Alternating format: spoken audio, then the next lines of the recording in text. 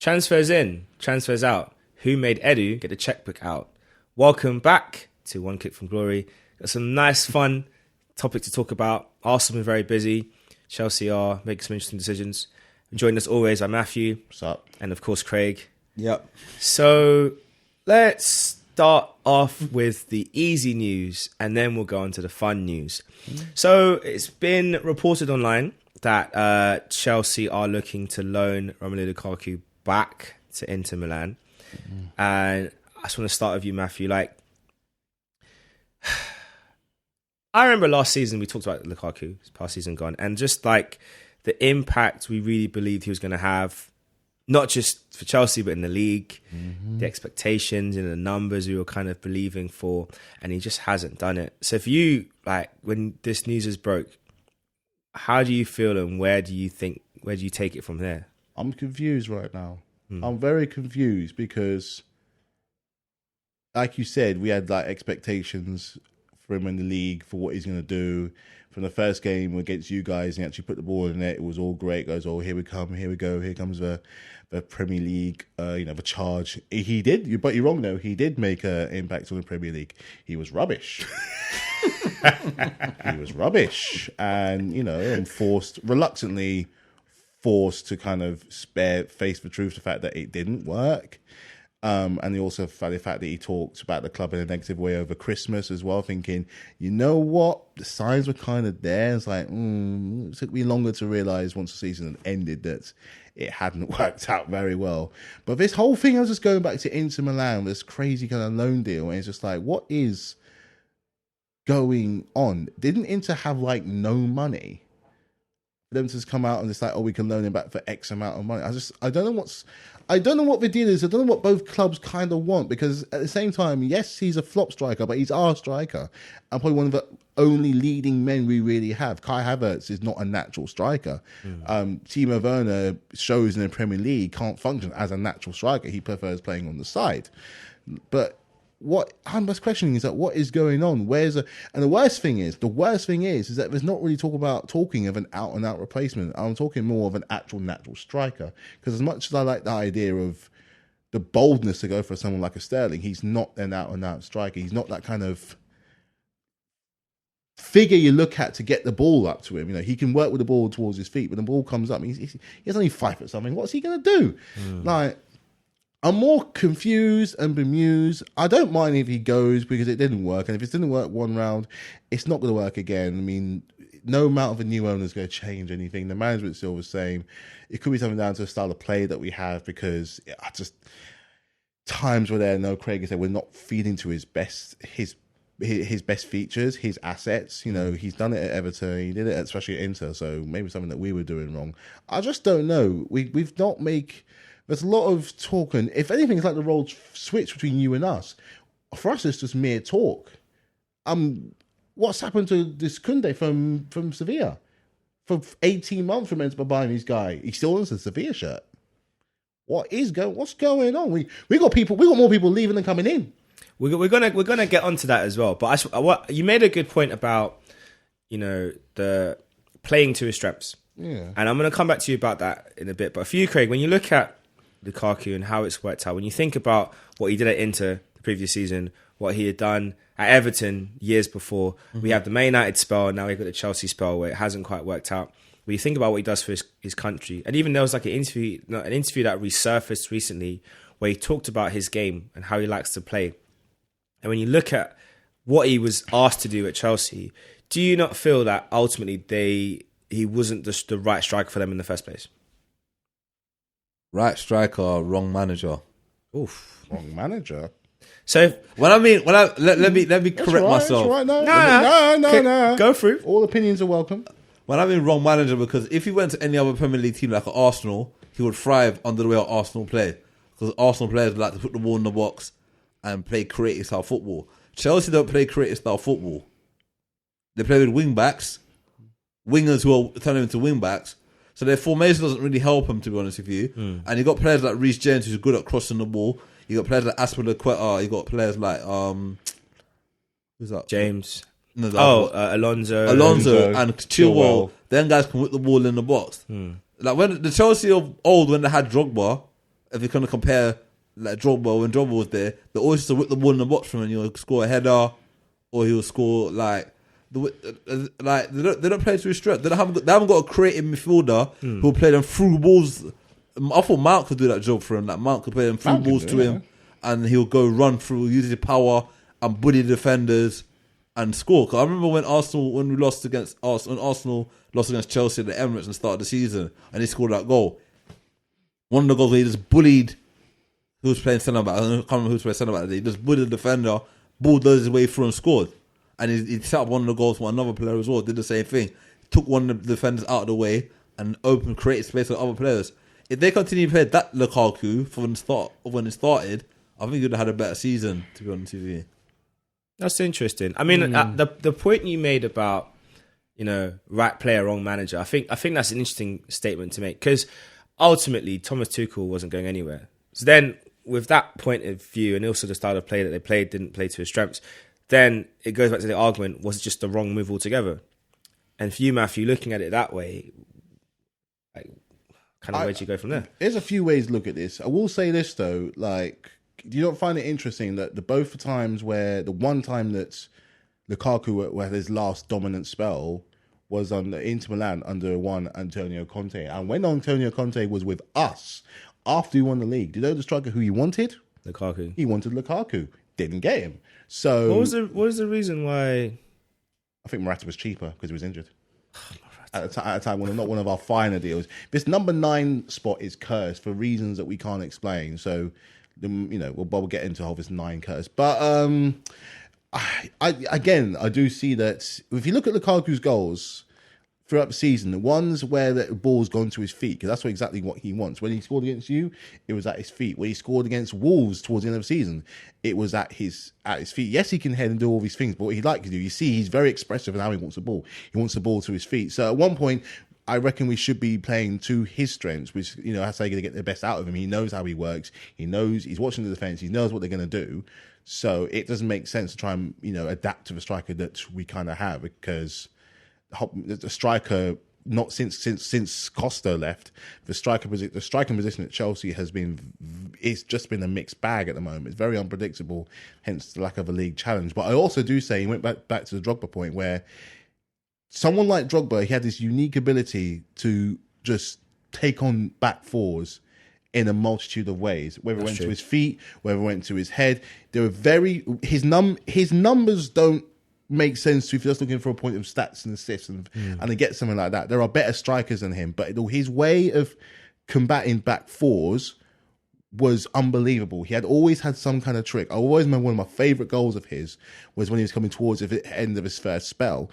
It was a quarterfinal of the FA Cup against Tottenham. The ball came to him on his left-hand side, he turns and he just lashes it left foot in the top-hand corner. It's kind of making the most of a situation that you're in. And he would score anything. He'd score free kicks. He'd score headers. He'd score penalties. He'd make goals.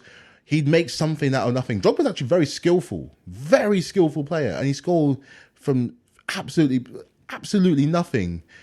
My point is with someone like Lukaku, is that as much as I know you're arguing against the players that you have that aren't meeting your needs, but don't you think if you're spending 100 million on someone, and this goes for anyone, that you're almost kind of think to the point that you're a £100 million striker, there must be something that you can muster, because that's what the best ones do. The best ones can make something out of nothing. Henry did it. Drogba does it. Shearer does it. Aguero does it. Suarez will do it. That's just 5 without. That's 5 without against the most obvious, like the likes of Ibrahimovic. We're not saying do something mad spectacular, but think of something. I'm always kind of diplomatic in that way, thinking at one point I agree with you, but another point thinking, is there not something that you could have done? When you go to different clubs, you're not always going to have it, your own way. And to be considered one of the best strikers, no matter how many goals you score, are the ones that take charge in a way. I remember talking about a lack of discipline in the club for why things go wrong. Was the discipline there the accountability there to maybe look at myself and thinking, maybe there's something that I'm not doing to meet the needs of this team? I think that's a great point. And I think now he's got time to probably take a look at himself and sort of evaluate where he's gone wrong with this move and where the things he needs to improve upon. Because at Inter Milan, the fans don't want him back. So he's going to have to win them back anyway. Yeah. That might take a bit of time. He'll probably get some grace from the ownership and from his teammates, but it's going to be difficult with them going back there. Obviously, they didn't win the league last season. Their big rivals, AC, got it. Yeah. Pick up AC Milan. So that's now the target. Can we get the Scudetto back? Obviously, Juventus will also come back. Well, they'll try and come back strong. Even though they're going to try. Good luck with that. Oh no, they'll have Pogba, so they're going to come strong. Yeah. So it'll be very interesting to see how that all comes together. I think that the other big thing is that Marina Granovskaya, I think I've butchered her last name, but Marina, everyone knows Marina at Chelsea, the head honcho. She was the lady who made things happen. She's leaving the club as Mr. Todd Bowley wants to kind of oversee things himself. I'm going to start with you, Craig. I'll come to you, Matthew, on this, because this one right here, this decision, I personally feel like the club might regret it in a big way.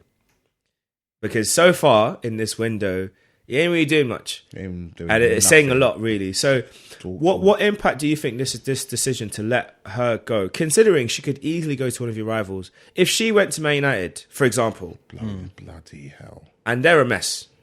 Joke club. Wasteman club.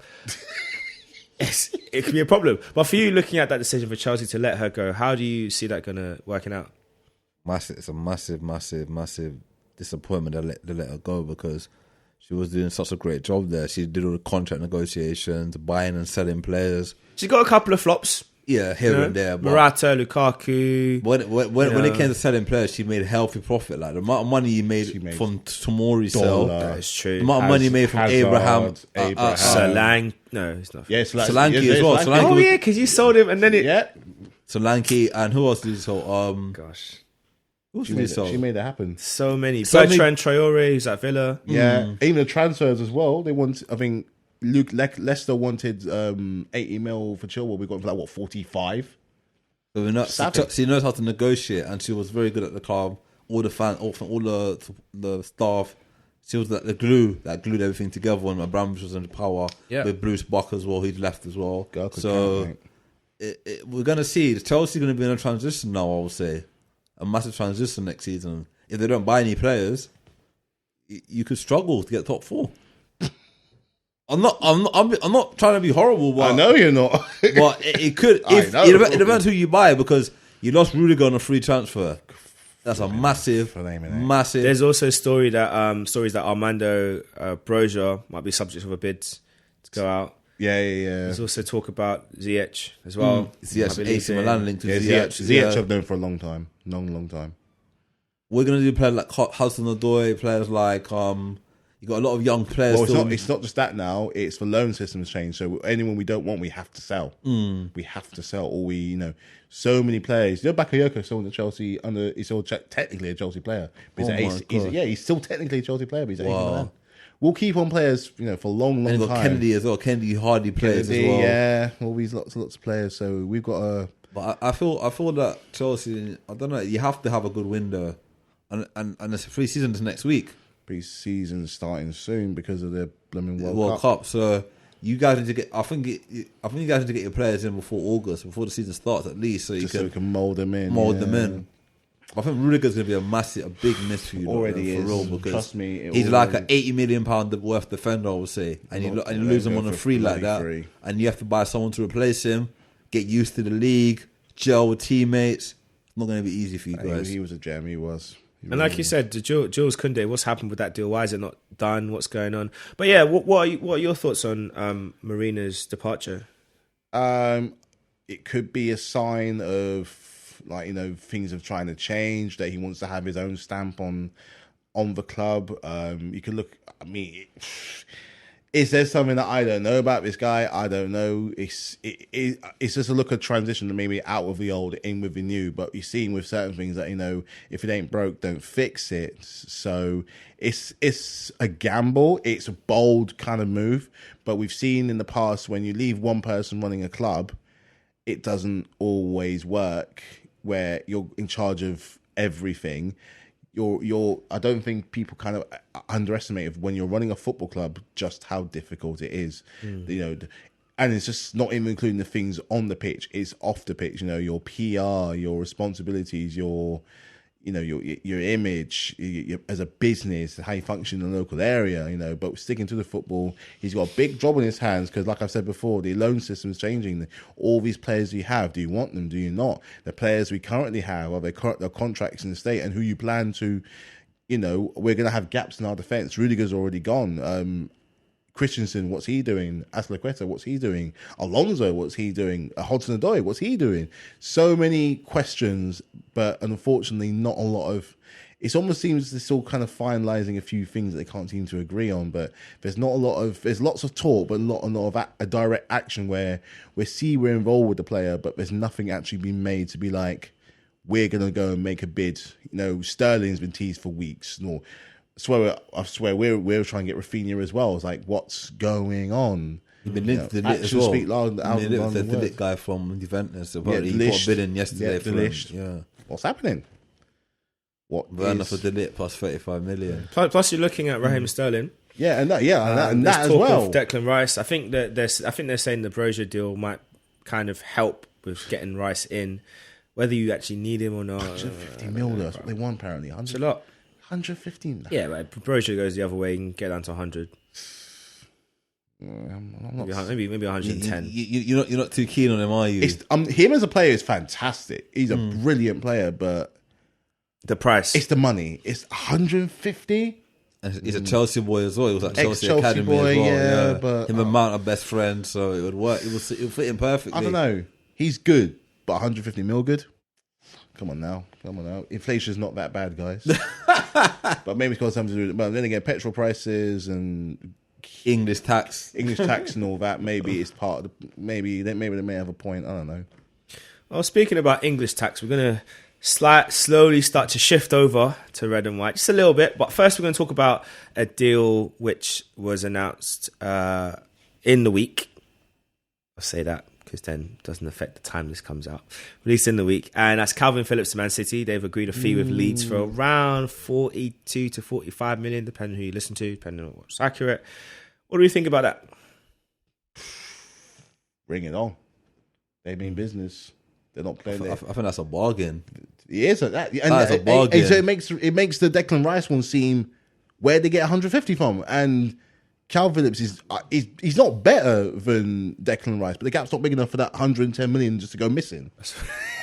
It's not big enough. And I know Calvin Phillips is a bit older than I think Calvin's like 27. 26. 26. Yeah. And I think Declan Rice only holds that like 21, 22. Plus he's West Ham captain. Yeah. He's a captain. He got to the 10 finals of Europa League last season. Yep. Europa League, yeah. Both of them got to the Euro final last year, and they both played in the Euros together. So I don't understand how he's worth all that money. I mean, compared to Phillips, you got to also take into account the value to the club. Now, obviously, you could argue that Phillips probably could have gone for more. That's what I'm thinking. Leeds. Like 50, 60, it's interesting that they settled for that amount. I don't know how many years he had left on his contract. 2 years. But I mean, it's an interesting deal. How do you see it? How do you see him like working out at Man City though? Because that's a bit of a. They don't really need him. Not really. But it's a smart signing to make. And also, what position do you think he'll play in? Centre mid. Yeah, but as a sit-in 6 or as a box-to-box 8? Maybe a bit of both.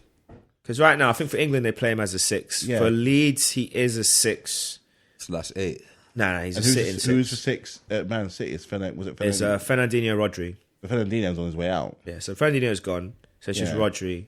So I guess back up for Rodri. Maybe in the big games, he'll play both of them. If it's a hard team, he'll play Rodri and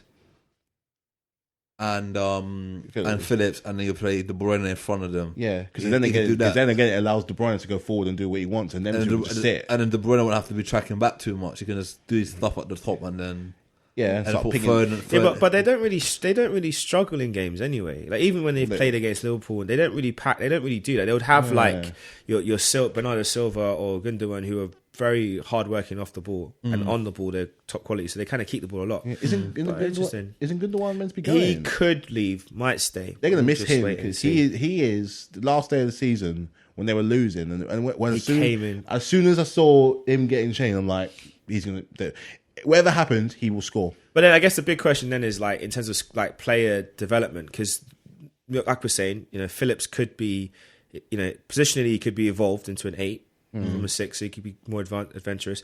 On the flip side, you've got number 10, Jack Grealish. Maybe he could become an 8.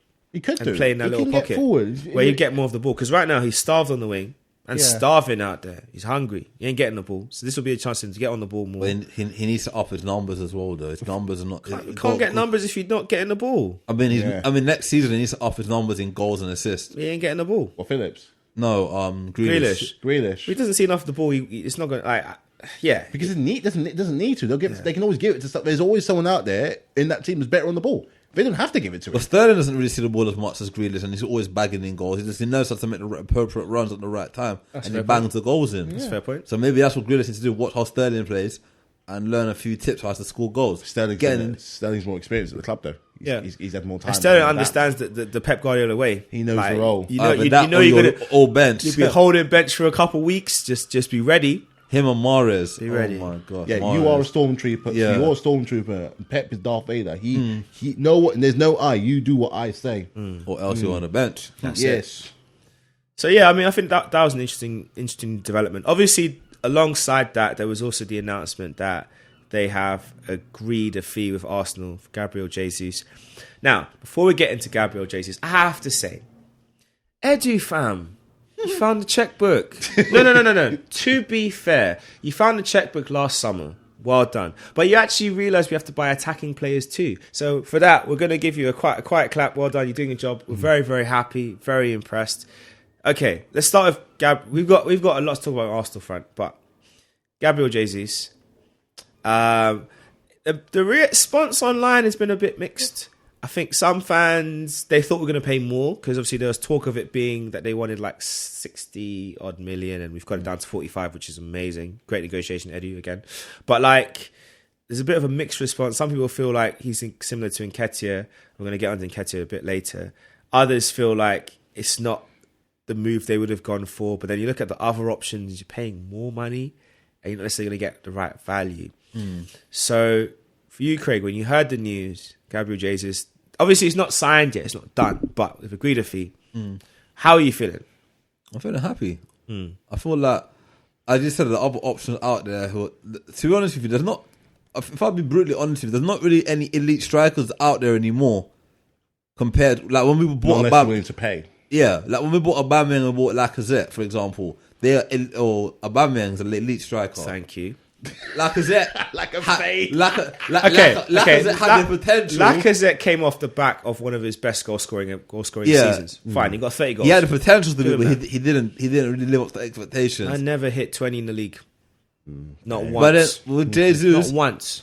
Anyway, with Jesus, he's a proven Premier League goal scorer. He scored last season. You can see he didn't play a lot of games. But towards the end of the season, he was coming off the bench and he started matches. He bagged 4 goals against Norwich. Yeah, Norwich. It was Norwich. He scored 4 goals, but he's scoring goals. He's a goal scorer. So I feel like him playing at Arsenal with the service we got with Odegaard, Saka, Smith Rowe, who else? Xhaka, Partey, player like that, giving them the serve, Martinelli, giving them the service. He will score more goals. He will get 20 plus goals this season, maybe more than 25 this season. I think he'll back. Between him and Nketiah, they'll share the goals. Yeah. And for you, Matthew, when you looked at that news, obviously that's one piece of the transfer puzzle, and we're going to get to the rest of it, and there's a lot to get through. But like, just seeing that news pop up on the internet on Sky Sports, I was just like, David Ornstein tweeted. I was like, okay, all the big hitters are coming out. Fabrizio Romano saying X, Y, Z. I'm like, oh, like you see Arsenal, like getting a striker from, one of the champions. Yeah. I mean, historically, we always sold to them. Yeah. So we finally bought someone back from them, and long may it continue. We've got a couple other names we're going to poach from you guys, especially that kid Foden. Give us a couple more years, we're coming. But anyway, what do you think when you see that news and then you think about how the season ended for Arsenal last year, coming 5th, somehow threw away a top 4 race when they were the only team really credibly, just the worst top 4 race in a long time. But like, how do you see this transfer working out? It makes sense. It makes sense. Not only good, it makes sense because you've got someone, let's look at it this way. Before he was a manager of you guys, Arteta was under Guardiola. Now he's been there for what, 3-4 seasons. Jesus has been under the tutelage of Guardiola. He's now gone to his apprentice at Arsenal. So it kind of makes sense in a way for going from not down, but more like across. He's going like across because wherever you look at it, he's a Premier League winning striker. He's a goal scoring striker. For what City wanted, I don't think he was their main guy. But it's almost as you kind of guys are kind of met in the middle where you were looking for someone to lead, and they've already found theirs. So it's kind of you kind of negotiate it very, very well as someone who can lead your line. I think it's a great transfer, and he's still at an age where he's still able to improve, maybe toughen up a little bit because the Premier League is not for wimps, you know. And you've been crying out after that Aubameyang-shaped hole since he left for someone who's able to kind of lead along and work with like some Nketiah because he's still very, very young. And he proved towards the end of last season that he can score given the chance. But it just goes to show that if you're, it's an option. For the first time when it comes to goal scorers, you've got something called an option. So on that thing, it makes sense. The money's still very well. It's the money's good. 45 million, which is way under what I even thought. I thought maybe even 60, maybe go up from that. But no, it on paper it's a winning signing. You don't go into signing a Premier League winning striker to not have some kind of positivity about it. So it does make sense. And again, it's not a downgrade. It's not a downgrade. He's going somewhere he will lead, where he will play. He will be the lead striker. And if you tell someone like that, they're the league striker, it might give them that confidence to go out and just try that little bit more. So if all goes well, and once he's signed that dotted paper eventually, it's gonna work out really well for you. Yeah, I mean, I'm quite happy with the transfer. I think there's lots of different options we could have gone for. There's been a lot of different gamble risk options. There was talk earlier in the summer of maybe looking at Luka Jovic, for example, but he's not really been the same for a couple of years. Went to Madrid and he needs to refocus first before anyone makes a big punt on him. There was also talk about Alexander Isak from Sociedad, but again, he's had a really poor season, and the amount of money we'd have to pay to get him, it's just too big of a gamble. So I think Gabriel Jesus makes sense to have a Premier League proven striker who has a lot of the attributes that Arteta wants: a pressing striker, very good on the ball, technically solid. But for me, the key motivator, which a lot of people have forgotten, when he first came in, he benched Aguero. Lest we forget, Aguero wasn't getting starts over Jesus for a while, which used to baffle me because I didn't get it. Which says a lot about the elements in Gabriel Jesus' game, which is quite useful to the modern way of playing, right? That's one thing. Second thing, which I think is probably the most important factor of all, we've got a World Cup coming up in December. Brazil have not had a competent number 9 since Luis Fabiano. And even that's me being very generous. I liked Luis Fabiano. I wish he had a longer run in the national team because I feel like he's nowhere near R9. He's nowhere near Adriano. But I felt like he was giving you that kind of the feel that they would give you. Not in terms of the excitement that, wow, Fabiano's on the pitch, but that kind of, Brazil have a proper striker now. Yeah. They went through Joe. They went through Fred. I mean, come on. They went through Hulk. Come on. Those are not proper strikers. So I think Gabriel Jesus has an opportunity now to cement that he's the number 9 for Brazil.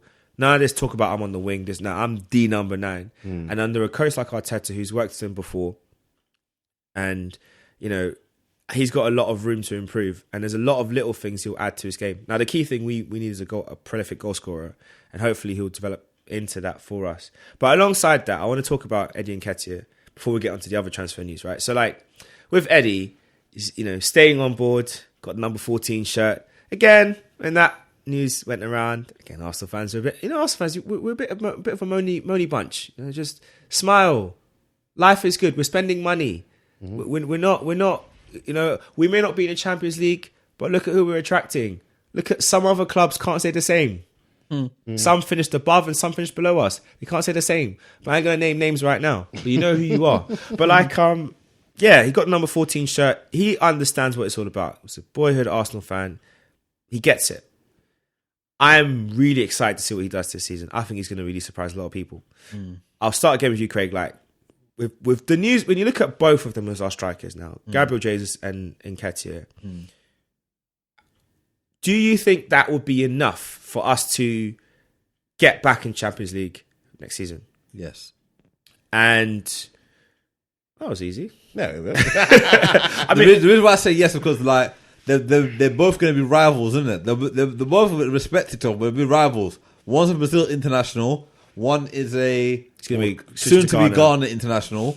Both are going to want to be playing, so they're going to put pressure on each other to score goals. So if it's a thing where some games maybe Nketiah will start, bag a goal. So second half maybe you bring on Jesus and he will score. Maybe some games they might play both of them together up front. That's fair. So it could be even Europa. We've got Europa League, got a lot of games. FA Cup, League, Premier League. So and then World Cup. And we've got Balogun as well. Everyone keeps forgetting about Balogun. So we've got 3 good strikers. I know Balogun's a rookie, but he's been banging so many goals in youth football. So maybe he'll step up this season and learn of Jesus, learn of Nketiah a little bit, learn how to score goals. Not score goals, but you know what I mean? Yeah. I think that's the great opportunity that we have. We've got 2 strikers three strikers who, no, 2 strikers primarily that will be pushing each other. You got Jesus and then Nketiah, who it's from the interview he's done for Arsenal.com, you can tell that he's ready to have a big push this season, looking to get a lot of goals, looking really excited for that. With Jesus, the fact that City have agreed the deal, the fact we pushed so hard to get him, it clearly says that we want to make that a reality. So it's not a thing that we're taking lightly. So that's exciting for me that he wants to be a part of this project. But and then for Balogun, we'll see if we loan him out or not. But there's an opportunity there for him to get minutes and stuff. But I think it's set up quite nicely for us. And of course, the business doesn't stop there. We did a nice little surprise deal. Fabio Vieira, out of nowhere, from Porto. Very good signing. Very impressive there. I mean, look, the checkbook's flowing, I like that signing. I don't know much about him as a player. I've watched a few clips here and there. I've read what he had to say and what the club have described him as and stuff.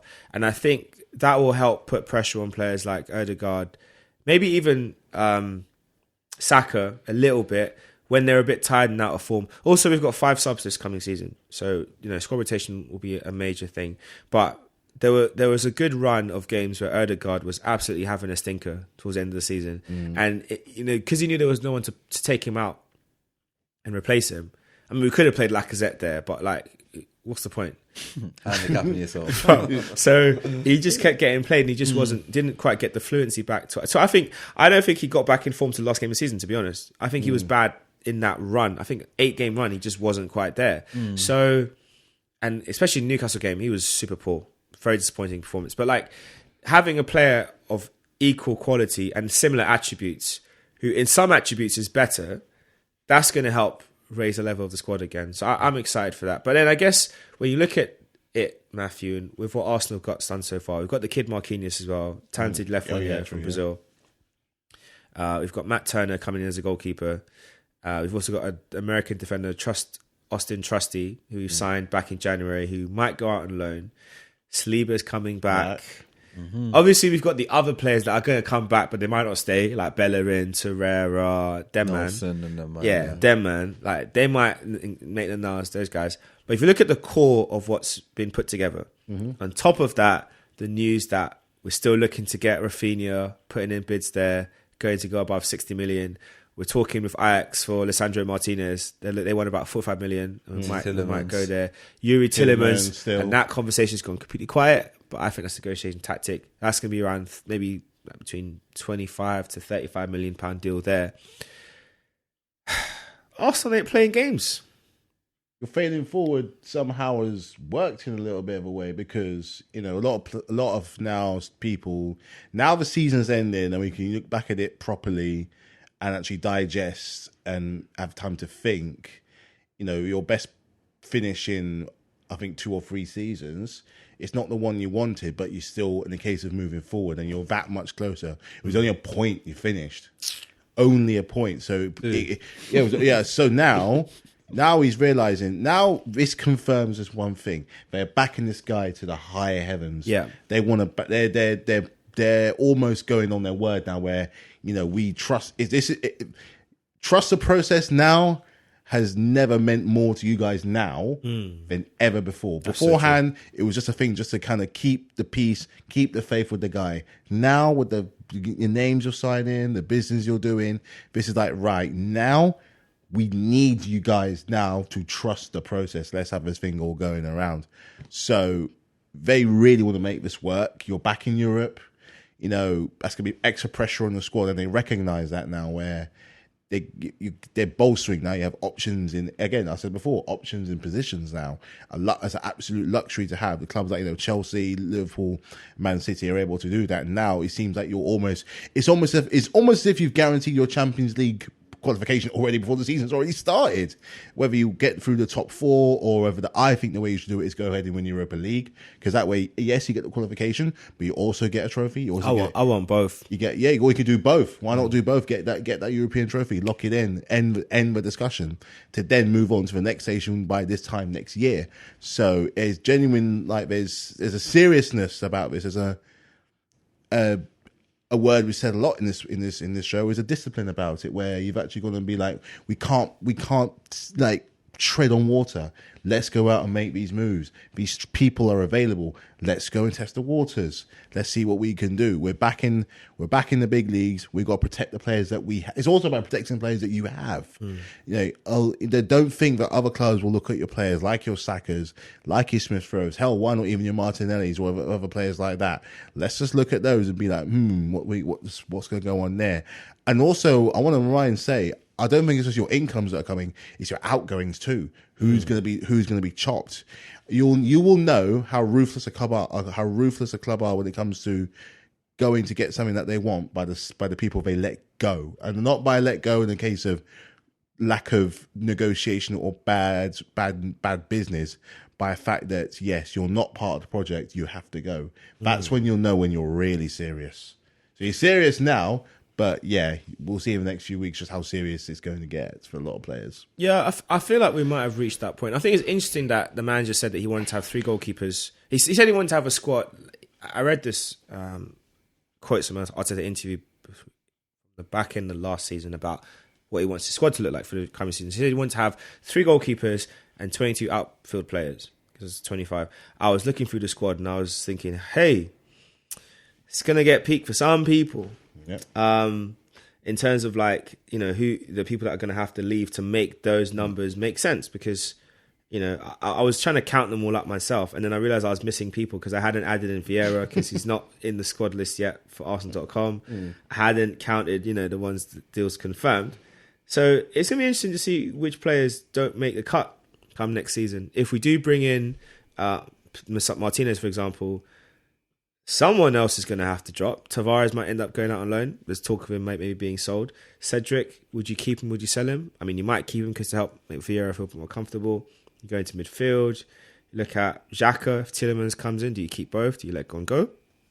So, yeah. Then a good season. So then further forward, you've got Pepe. What happens to him now with this Rafinha talk? I mean, it's a shame for Pepe because I feel like there's a player in there, but it's just too much work to get him functional. Yeah. Guendouzi's already been let go. I think that's going to get confirmed soon. Nelson, I just think his loan just didn't. I just think he just was a bit underwhelming, really. Torreira had a great loan, so he should be able to get a club. Maitland-Niles, very poor loan, but I think he'll be able to get a club in England. I think with Nelson's situation, I feel like he's another one that he's going to be a late developer. I feel he'll develop later in his career. He's got all the potential, all the attributes to be a top player. Arsenal, so when he was young, everyone said he's going to be the next best thing in the academy. They were not talking about Saka and them, man. They were talking about him. And Saka came in and overtook him. Yeah, but sometimes you can, you know, we all know that person. You're like the big man in primary school, high school, or the big man in high school. You go to uni in the working world and you're nobody. Yeah. Or you're the big man in uni and you go to the working world and you're nobody. It happens. Some people peak early. Some people peak in high school. Other people peak later on in life. I think it's a thing where, I don't know, I don't want to say it's a mentality issue with him, but I wonder how much does he really want it? Because there comes a point when you just have to. Like, how much do you really want it? You like, for example, Marcus Rashford's had a poor last couple of seasons, football wise. This coming season, how much do you want it? I want. It's not my player, not my club, but I want Marcus Rashford. I want him to bag next season. I want him to get between 15 to 18 league goals, which would put him amongst the top 5 or 6 based on previous seasons. I want him to get that many. I want him to come back and show the come world who back. he is. I want him to come back as well and get back into England squad as well, because there's space in that England team where he could be But starting. ultimately, it's down to the person. Yeah, Like, it's how down much to do you him. want it? The thing is with him is that he's done great work off the pitch. Unfortunately, it's impacted. There's a lot to take. What he's trying to do is a lot. Where you're trying to feed the people that can't afford to eat, you underestimate how much of a job that is. It's mad. And I just think it's I don't know if it's distracted him, or he's just not in the right space, or the club's not going in the right direction. Like, or what happened at the Euros is still affecting him. I think it's a Euro thing. I think it's all of it. I think all it's three. Yeah. I think it's all of the above. I think it's a really poor, like really difficult couple of years. Nothing would make me happier to see him come back and absolutely bag, because we all know that he can do it. All know. But if he doesn't do it this season, then it could be a change of scenery for him. Maybe we need to change the scenery. I think he needs a new club. I think he needs a new club. I think he needs to go somewhere where he's a little bit not appreciated is not the word, but I just think when you need a new surroundings, I think he needs that. I don't think he should move to another Premier League team. I think he should move abroad. I'll be honest with you. For the Maybe right price, I would have taken him at Arsenal. I Emphasize for the right price. Yeah, a low enough transfer fee and a reasonable wage, I would have taken him. I think there's a player there.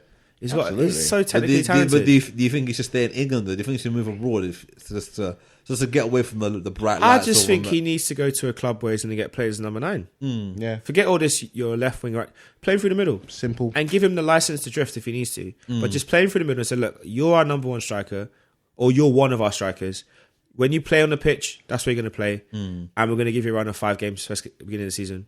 I think Ten Hag will get the best out of him. I believe Ten Hag is a good manager. He'll get the best out of Rashford. He might not have a choice. But it's up to Rashford if he wants to be the number one player in Manchester United. That's what I said about Lukaku, where you got to look, as much as you can blame someone else. What about you? What can you do to be better? What can you do to make the situation better? Because at the end of the day, you were claimed happy to go there, fee or not, you're happy to go. Yeah. So what can you do to make it?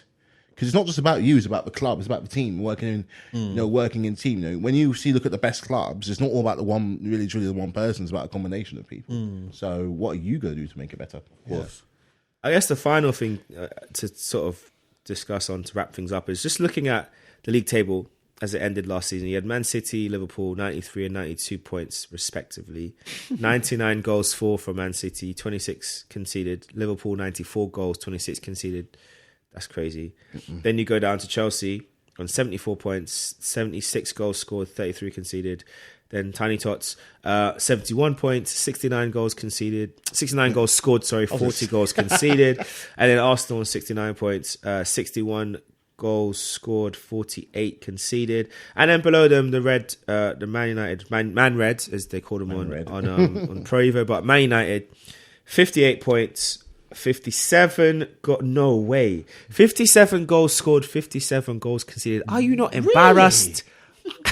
So they scored what they can. They scored half they conceded. So it's zero. So zero goal difference. Hey, no, that's embarrassing. I'm sorry. That is a myth. That is actually hilarious. But my big question is, because looking at, obviously it's still early in the window. There's a lot of deals still to be done. I think Chelsea will definitely pull off a couple of signings. Man United, you would expect to make at the bare minimum, at least 2 signings. Bare minimum. And I'm expecting a midfielder, possibly a striker, because obviously we know that the situation with, the former young prodigy who's him, not to be named. Who's kind of, that case has been extended again, but he might not come back. He might not, but they'll have to resolve all of that.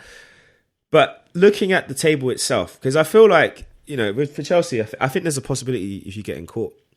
And I'll say this to you, Craig, as a thing, like, so for Arsenal, looking at the numbers, right?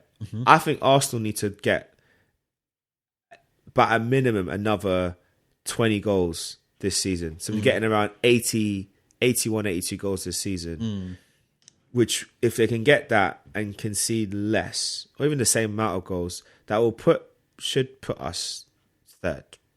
Because for me, I think with the outlay we're doing, that has got to be the target. The benchmark. It's not just get top 4 No, is higher. sitting. Certified. It's displaced Chelsea and obviously kick out Tiny Tots. I think the thing is as well. Not only that, we need to make sure put a challenge in, not win the league, but make our points not so far way behind from the other top two. Well, that's what I'm saying. Third, I feel like third will be a great achievement for next season with the deals we're doing. Obviously, there's still a lot of work to do. And it depends because who knows? You Chelsea might surprise everyone and pull off some. Like you might get Lautaro Martinez out of nowhere. You might pull off Lautaro. You might get Sterling. You might even get De Ligt. You might just get another centre back out of nowhere. You might get Saliba, for example. Not likely, but you never know in football. So like.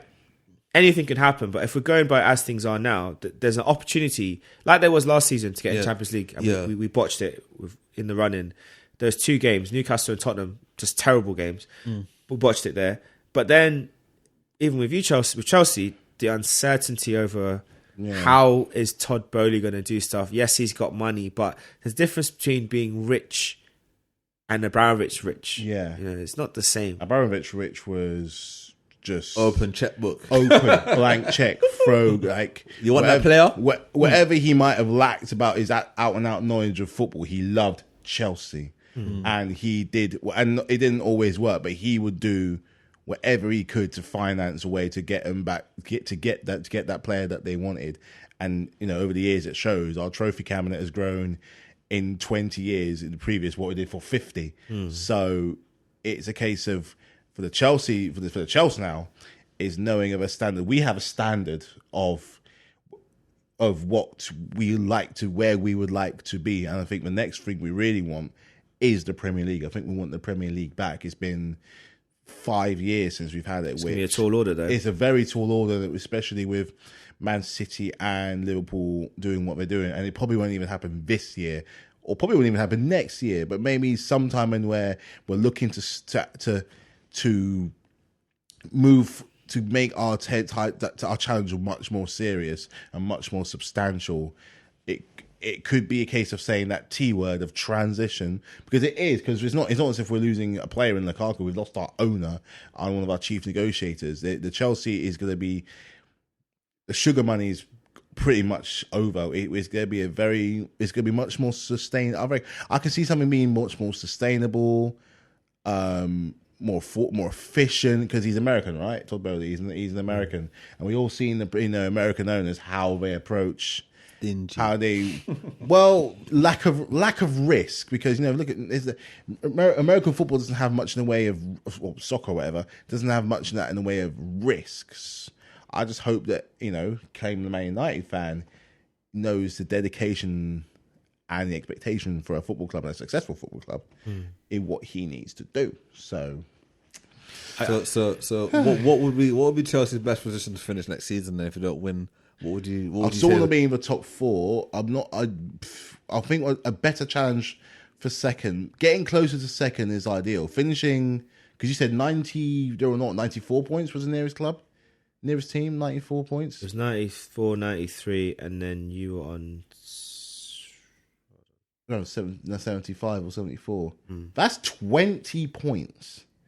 20 points, which is alarming. Should not be happening, even for a club that might not end up winning the league in the first place. To be 20 points behind, spending similar amounts of money is not good enough. We need to be. It could be even 5, maybe even 10 points, but we need to be closer to them. I think the reason what happened last season, you drew too many games. You drew at home. It's the draws. The draws killed. I'm telling you, the defeats didn't get us that bad. The draws did. Plus the injuries, like the likes of Chilwell and everything, and Lonzo coming in. You drew more games than Arsenal. You drew 11. We drew towards the end. We lost a lot more than you, but that's how much did Chelsea draw last season? 11. Loads. How much did Arsenal draw? 3. What? We lost 13. They only lost 6. 38 games. Wow. 38 games, 11 draws. That's nearly a third of the games. That's mad. That's mid-table form. That's it. And the teams we drew against United twice. We drew against Burnley. We drew against Wolves. We drew against Leicester. Southampton? We didn't draw against Southampton. No, we beat Southampton twice. Yeah, we beat Southampton, but Everton. We drew against Everton. We drew against Everton and then we got beat by Everton. Yeah. It's all the little booger teams, not the big ones, because we drew against Liverpool twice. We drawing against Liverpool. It's like drawing against Liverpool. You beat Tottenham, didn't you? We beat Tottenham twice. But it's those if you want to make a proper a proper challenge, those clubs you do kind of beat, and even the bigger clubs, you have to be making some much more of an effort. I remember when we last won the league, I think we beat all of the big four home and away, and we kind of need to be working towards an attitude and a mentality to go into places like Old Trafford, like the Emirates, and particularly Etihad, particularly Anfield, go in there and take in points, because we've done it in the past. But it's just having that discipline to go there again, get ugly if you have to. I think for us to get close to a title challenge, it's probably won't happen now. We've got to be closer to second, and at the same time, watching our back. So never mind going for the title, because at the title, there's no one ahead of you, but there's plenty of people behind you. But when you're going for it, it's not so much about the people getting further away. It's down there, and they're coming.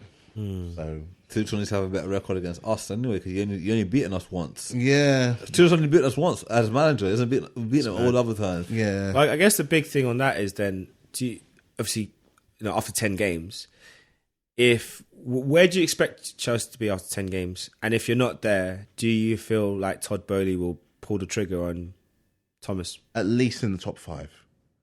If it's, and that's going by what the transfer season says right now, we have to be at least in the top 5, because that gives you still a chance of 28 more games or whatever to come back to at least regain some kind of good position for the top 4, not including the World Cup. Well, it's going to be interesting to see what happens. I think we'll call it a wrap on this one for now. Obviously, Arsenal been very busy. Chelsea been very quiet. Man United.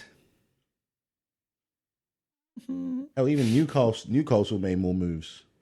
Newcastle are the see now we're going to just redefine it. When we say United, referring to Newcastle. When we want to refer to the red half of Manchester, we'll call them that. The red half of Manchester. We might just call them the red. Not even the Reds, because that's Liverpool. We'll just call them red. Man Red. So Man Red are doing niche. United are making big moves. Yeah. Nick Pope. Chelsea are figuring some things out, and Arsenal got the checkbook out. We'll see how it goes. Thanks for listening to another episode of One Kick from Glory. We'll be back with another one very, very soon. Take care. Peace out. Peace. Good evening.